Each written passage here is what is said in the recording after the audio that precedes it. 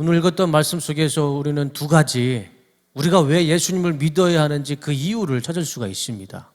그래서 우리가 왜 예수님을 믿어야 되는지 두 가지 그 이유를 말씀을 드리고 설교를 마치려고 그래요. 첫 번째, 왜 우리가 예수님을 믿어야 되는가?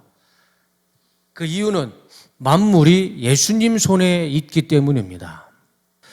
2011년 개봉한 선이라는 영화 여러분 아십니까? 아마 보신 분도 있을 거예요. 저도 참 재미있게 봤는데 그 영화 써니의 마지막 장면에 그 주인공이었던 하춘하라는 사장이 죽죠. 죽고 난 다음에 그 유언장을 그 회사 담당 변호사에게 대신 이제 읽어주는 장면이 나와요. 그 장면이 참 아직도 저는 기억에 남는데 제가 그 장면을 좀 길지만 짧게 편집을 해봤어요. 그래서 한 2분도 안 되는 영상인데 일단 그 장면을 보고 설교를 계속 이어가도록 하겠습니다. 하 사장님 변호사입니다. 써니 멤버들이시죠? 하 사장님 유언장 집행하려고 왔습니다. 그 사장님이 직접 합법으로 낭독하시기를 부탁하셔서 다소 거친 언어가 나오더라도 양해하시고. 김장미 씨? 네. 여기 계신 친구분들 김장미 씨 회사에서 판매하는 모든 보험 종류에 상관없이 가입하시기로 했고요. 보험료는 전액 일시불로 납입하시기로 하셨습니다. 네가 이번 달 보험 왕이다 이년아. 서구목 씨? 하 사장님 회사 중에 작은 출판사가 하나 있습니다.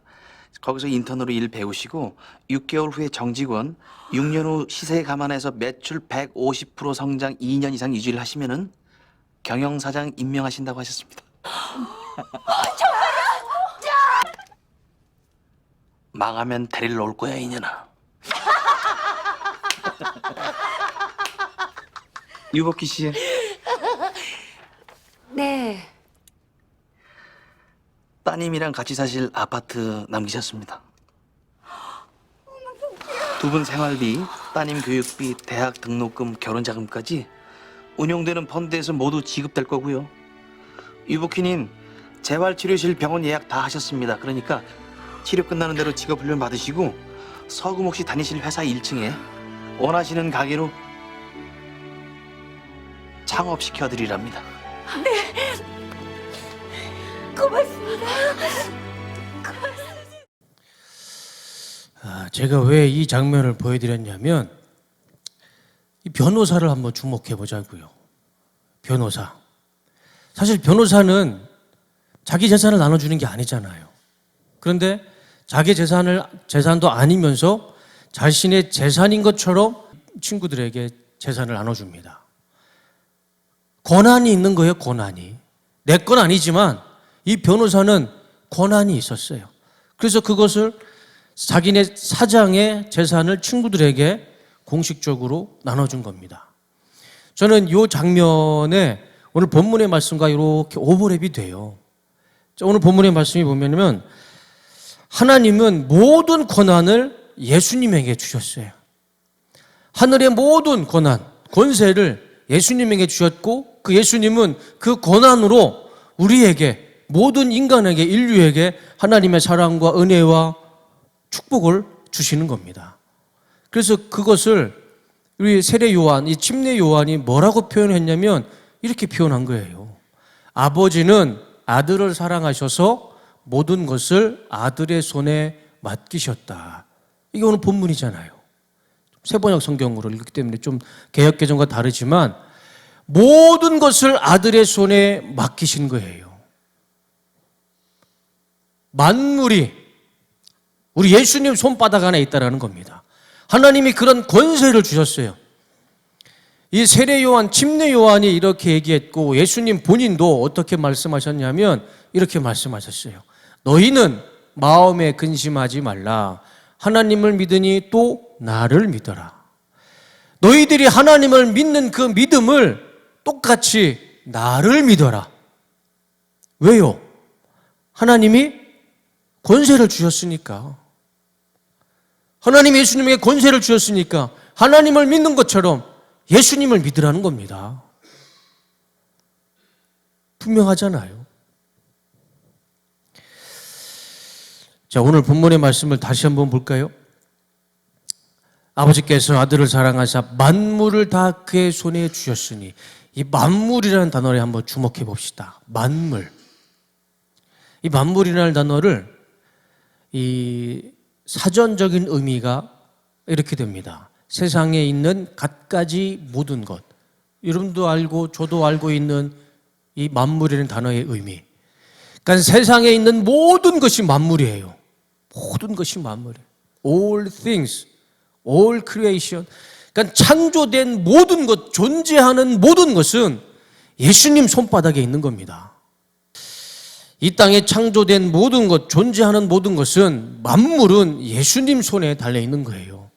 모든 권한이 예수님께 하나님이 위임해 주신 겁니다. 이 말씀이 사슬이라는 것을 우리는 쉽게 발견할 수 있어요. 첫 번째로 보면 예수님은 모든 병자를 치료하셨어요. 그러니까 예수님 손에서 치료하지 못했던 병은 없었습니다. 성경을 보세요. 요한복음만 이 한 권만 읽어보세요. 예수님이 치료하지 못하는 병이 없었어요. 예수님은 예수님의 손으로 모든 질병을 다스리셨습니다. 만물이 예수님 손에 달려 있는데 그깟 질병 하나 우리 예수님이 치료하지 못하시겠습니까? 그리고 예수님은 어떤 분이셨습니까? 갈릴리 호수에서 제자들과 배를 타고 가는데 바람이 불고 풍랑이 일죠. 그럴 때 예수님이 뭐라고 가십니까? 바람아, 파도야, 잠잠해라. 예수님은 불어오는 바람도 멈추시고요, 일렁이는 파도도 멈추시는 분입니다. 만물을, 우리 하나님이 만물을 예수님 손에 주셨는데 그깟 바람과 파도를 잠잠하지 못하는 건 그게 더 못한다는 게 더 그게 말이 안 되는 거 아닙니까? 우리 예수님은 예수님 손으로 자연을 다스리셨어요. 그리고 또 이게 다 요한복음에 나오는 이야기입니다. 나사로가 죽었습니다. 죽은 지 며칠이 지났어요. 시체가 됐습니다. 육체가 썩어요. 냄새가 나요. 그런데 예수님이 저 나사로 무덤 앞에서 뭐라고 말씀하십니까? 나사로야, 나오너라. 이게 상식적으로 맞는 말씀입니까? 죽어가지고 무덤 속에 있는 시체를 향해서 예수님이 나오라고 말씀을 하는 거예요. 근데 죽었던 나사로가 저렇게 걸어서 나옵니다. 예수님은 죽음도 예수님 손에 그 권세를 가지고 있으셨어요. 실제로 예수님도 십자가에 죽으시고 무덤에 3일 동안 계셨다가 부활하셨죠. 우리는 요한복음만 봐도 하나님이 예수님에게 만물을 예수님 손에 주셨다는 것을 우리는 쉽게 알 수 있다는 겁니다.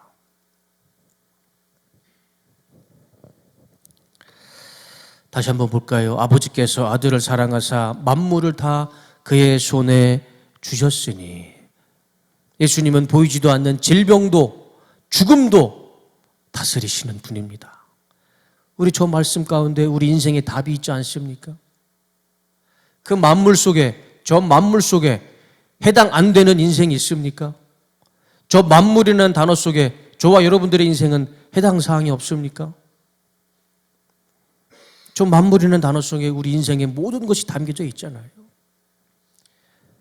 우리 인생의 답, 우리 인생의 정답, 바로 저 말씀 속에 예수님 손에 달려있다는 것을 믿으며 살아가시기를 주님의 이름으로 축원합니다.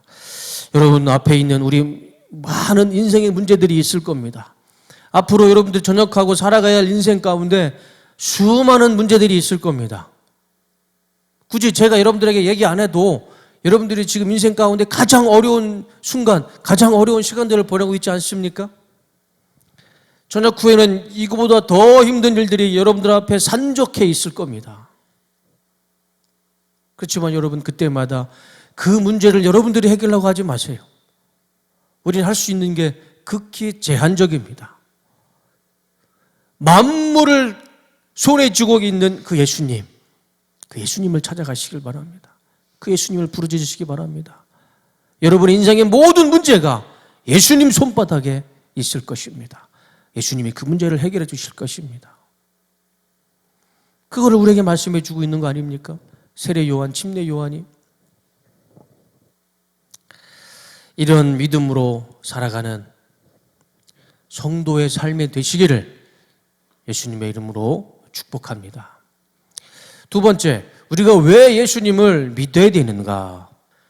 예수님에게 영생이 있기 때문입니다. 예수님에게 영생이 있기 때문에 우리는 예수님을 믿으며 살아야 돼요. 오늘 본문의 36절을 볼까요? 다 같이 한번 읽어봅시다. 자, 시작.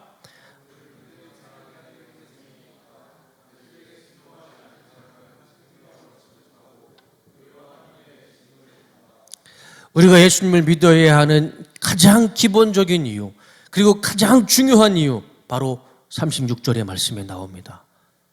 우리가 왜 예수님을 믿어요? 영생을 얻기 위해서. 그런데 그 영생이 예수님을 믿는 예수님의 손바닥에 있다는 거예요. 예수님 손에 있다는 겁니다.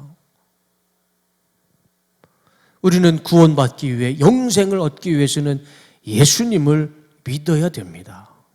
우리가 이것 말고 더 큰 이유가 어디 있습니까? 그냥 한 문장으로 간단하게 요약할 수가 있어요. 바로 이겁니다. 예수 천국, 불신 지옥. 요즘 저런 얘기하면 욕 먹습니다, 사실. 예수 천국, 불신 지옥. 저런 말 요새 들어본 적 있어요, 여러분들? 저는 어렸을 때 주일학교 중고등부 시절에는 저 이야기를 많이 들었어요. 교회에 들어가면 이제 현수막처럼 저 단어를 써놨는데 요즘은 저 말이 사라져 버렸어요. 저 말을 잘 안 써요. 사람들이 싫어한다고 안 씁니다. 저런 말 쓰는 기독교인들 때문에 기독교가 욕먹는다고 저런 말을 안 써요. 그래서 실제로 길거리에 보면은 저런 예수천국 불신지옥이라고 저런 표준말을 들고 다니는 사람들이 예전에는 꽤 많이 있었는데, 지하철 역마다 있었는데 지금은 안 보입니다. 하도 욕을 하니까. 교회에서부터 저렇게 하지 말라고 욕을 하니까 저렇게 전도하시는 분들이 사라져 버렸어요. 저런 말 하면 욕 먹습니다, 목사님. 시대가 그렇습니다. 저런 것 때문에 기독교가 욕 먹습니다. 교회가 욕 먹습니다. 그런 말들을 많이 하는데 저는 생각이 좀 다릅니다. 여러분, 따지고 보면 예수천국 불신지옥이라는 이 말은 엄연한 사실이고 엄연한 하나님 말씀입니다. 이 예수천국 불신지옥이라는 이 외침 때문에 70년, 80년, 90년 대한민국 교회가 부흥하고 성장했어요. 여러분들은 잘 모르시겠지만 저는 70년대에 태어나가지고 80년대, 90년대를 교회를 경험하지 않았겠습니까? 그때는 예수천국 불신지옥이라는 그 말이 성도들 마음 가운데 하나님의 말씀으로, 회개의 말씀으로 다가왔어요. 근데 지금 그 말은 창피하고 부끄럽고 감추고 싶은 말이 됐어요. 교회 안에서부터 그 말을 쓰지 말라고 그럽니다. 참 이상하게 변했어요. 솔직히 여러분, 우리 한국교회가 욕먹는 거 예수천국 불신지옥 저 말 때문에 욕먹습니까? 아니죠. 그 말을 하는 우리 성도들의 삶이, 우리 그리스도인들의 삶이 말씀과 다르고 불법과 부정과 죄가 있기 때문에 세상 사람들이 보기에는 그리스도인이나 세상 사람들이나 구별이 안 되니까 사실 그것 때문에 한국교회가 욕먹고 한국교회의 부흥이 멈추지 않았습니까? 예수천국 불신지옥은 사실입니다. 진리예요. 그것 때문에 한국교회가 욕먹는 게 아니라 그 말을 하면서도 말씀대로 살지 못하는 우리 때문에 욕먹는 거죠. 한국전쟁이 끝나고 60년, 70년, 80년대 무엇으로도 배고플 때는 예수천국 불신지옥, 이 목사님이 이것만 외쳐도 많은 사람들이 교회에 나와서 회개했습니다. 예수님 붙잡고 천국의 소망과 천국의 희망을 품고 살았어요. 근데 지금은 그런 말 하면 조용하라고 하잖아요. 잠잠해라. 그런 말 쓰면 욕먹는다. 사람들이 싫어한다. 하나님의 이름이 망령되이 하는 것은 한국교회가 욕먹는 것은 예수천국 불신족 이 말 때문에 그런 것이 아니라 우리가 그 말대로 살지 못하기 때문에 더 한국교회가 욕을 먹는 거죠. 여러분들은 이 말씀을, 예수천국 불신족이라는 이 말씀을 믿으면서 실천하면서 전하면서 살아가시기를 주님의 이름으로 축원합니다. 사람들이 욕해도 상관없습니다. 믿음은 작고 머리가 큰 한국교회에 많은 사람들이 있을 거예요. 그런 사람들이 저런 얘기하면 욕을 할 겁니다. 화살을 던질 거예요. 개념치 마세요. 오늘 말씀을 보세요. 아들을 믿는 사람에게는 영생이 있다. 예수 천국이잖아요. 아들에게 순종하지 않는 사람은 생명을 얻지 못하고 도리어 하나님의 진노를 산다. 불신지옥. 36절 말씀이 딱 정확하게 저걸 말씀해 주고 있지 않습니까? 여러분들은 사실 한국교회가 이렇게 욕을 먹는 이유는 사실 기성세대, 지금 제 나이 70년생부터 해서 제 또래 목사님들, 사실 우리 때문에 여러분들이 한국교회에서 많이 욕을 먹는 것도 사실이죠. 저부터 회개하겠습니다. 저부터 반성합니다. 여러분들은 이런 것 저런 것 개념하지 마시고 예수 천국 불신족이라는 이 정확하고 명확한 이 복음을 붙잡고 살아가시기 바랍니다. 그 말씀 붙잡고 살아가시기 바랍니다. 그 말씀 붙잡고 흔들리지 마시기 바랍니다. 36절의 말씀, 이 말씀 속에 우리의 영생이 있습니다. 여러분의 영생이 있어요. 이 말씀을 한심스럽게 여기는 사람은 그 결과는 한 가지밖에 없습니다. 하나님의 진노밖에 없을 겁니다. 여러분들은 절대 이 말씀을, 이 복음을 바울이 얘기하는 것처럼 부끄럽게 여기지 마시기 바랍니다. 창피하게 여기지 마세요. 복음을 부끄럽게 여기고 복음을 창피하게 여기는 사람은 하나밖에 없어요. 하나님의 진노, 불신족밖에 없다는 겁니다. 이 명확하고 간단한 복음을 여러분들 마음속에 새기며 살아가시길 바랍니다.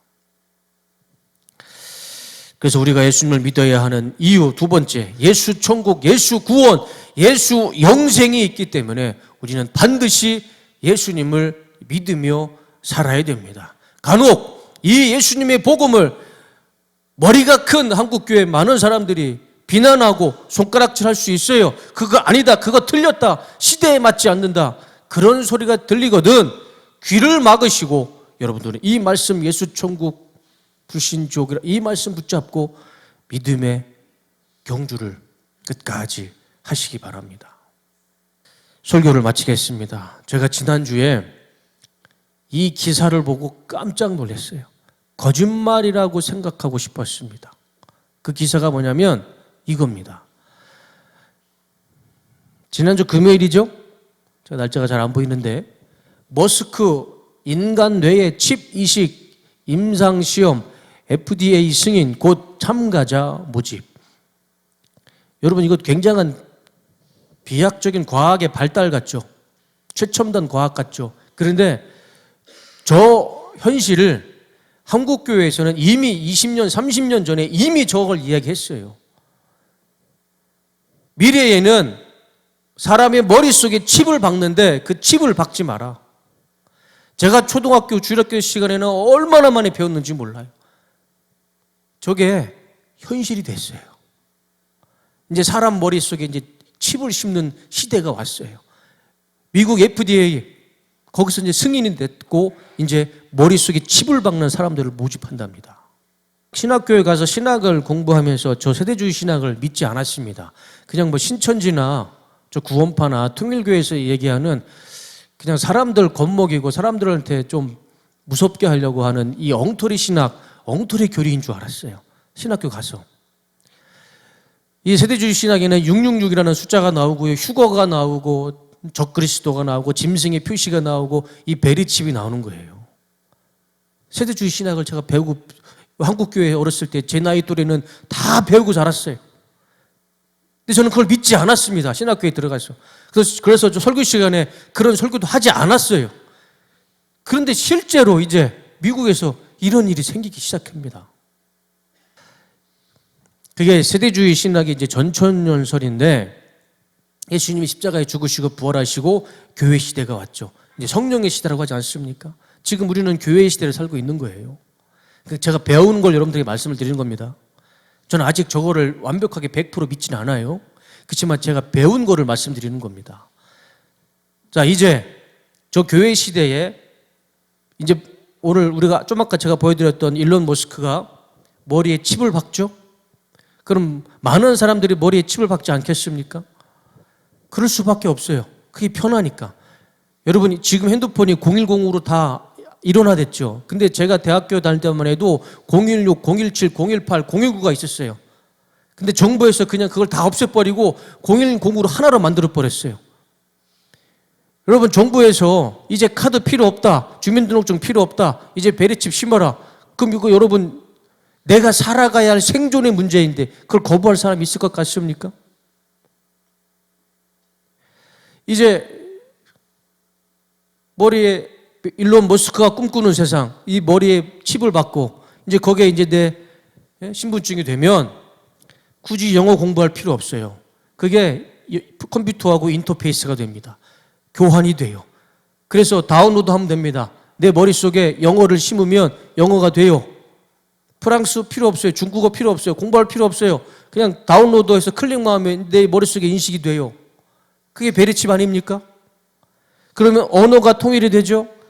그러면 전천년설에서 이 세대주의가 무엇을 얘기하냐? 언어가 통일되면 단일 정부가 구성이 돼요. 그러면 단일 정부가 구성이 되면 그 중에 한 명의 지도자가 생기겠죠?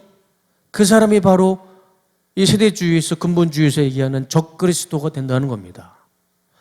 그러면 그 적그리스도가 나타나는 순간 어느 시점인지는 모르겠지만 예수님이 성도들을 공중에서 휴거를 불러 들으실 겁니다.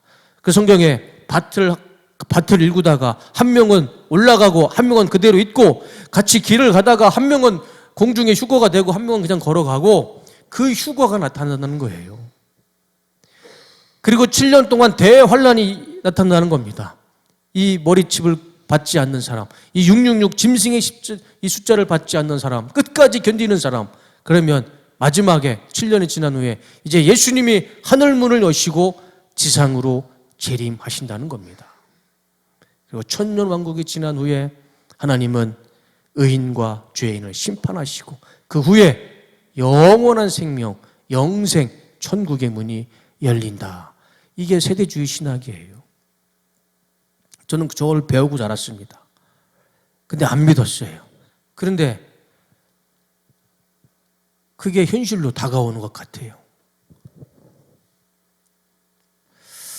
좀 심각한 문제죠.